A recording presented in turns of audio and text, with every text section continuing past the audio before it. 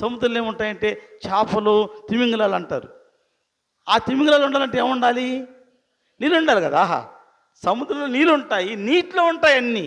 సముద్రంలో నీరు ఉంటుంది, నీటిలో జలచరాలు ఉంటాయి. కాబట్టి ఇక్కడ ఈ ఘటసర్పం ఎక్కడ నిల్చుందమ్మా? యుద్ధం చేయుటకై బయలువెడలి సముద్ర తీరమున నిలిచెను. అంటే సముద్రం అంటే దేనికి సాదృశ్యము? ప్రజలకి.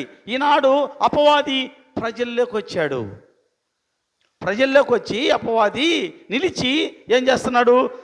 ఎవరైతే దేవుని ప్రజలుగా ఉన్నారో వారిలో శేషించిన వారితో యుద్ధం చేయడానికి రెడీగా ఉన్నాడు.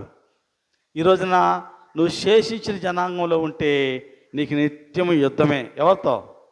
అపవాదితో. గుర్తుపెట్టుకో, నువ్వు శేషించిన జనాంగంలో ఉంటే నిత్యము అపవాదితో నీకు యుద్ధమే. అపవాది యుద్ధం అంటే ఏం జరుగుద్ది? ఏం జరుగుదమ్మా?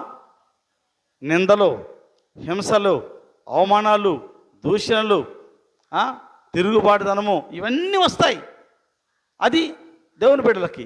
ఈరోజు ఒక క్రైస్తవుడుగా, ఒక సేవకుడుగా నువ్వు పగడబడుతున్నావా? నిందలు అనుభవిస్తున్నావా?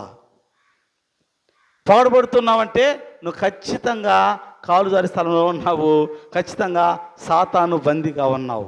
పగడబడుతున్నావంటే దేవుని బిడ్డ దూషింపబడాలి, దేవుని బిడ్డ ద్వేషింపబడాలి. శేషించిన సంఘంలో ఉంటే, శేషించిన ఆ గుంపులో ఉంటే ఖచ్చితంగా నీకు నిందలు రావాలి, అవమానాలు రావాలి, హింసలు రావాలి, వ్యాధులు రావాలి, శోధనలు రావాలి. అది నిజమైన క్రైస్తవ జీవితం అంటే.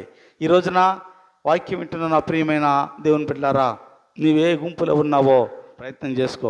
చివరి దినాల్లో దేవుని ప్రజలు కలిగేటువంటి విషయాలు ఇవి. ఇంకో మాట చూద్దాం. ప్రకటన 14వ అధ్యాయం. దేవుని బిడ్డలు ఏం చేస్తారు? ఒకటేమో హింస పొందుతారు, శేషించిన వారితో అపవాది యుద్ధం చేస్తాడు, యుద్ధాలు కలుగుతూ ఉంటాయి దేవుని బిడ్డలకి. రెండవ మాట అదే ప్రకటన 14వ అధ్యాయము 7వ వచనం.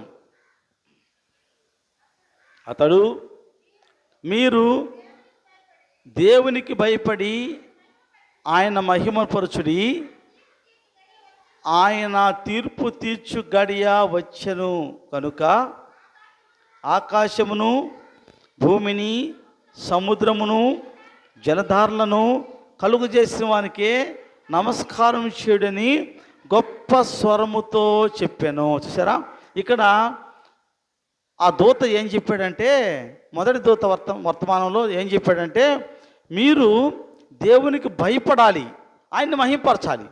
దేవుని భయపడమంటే అర్థం ఏంటి? మాట విన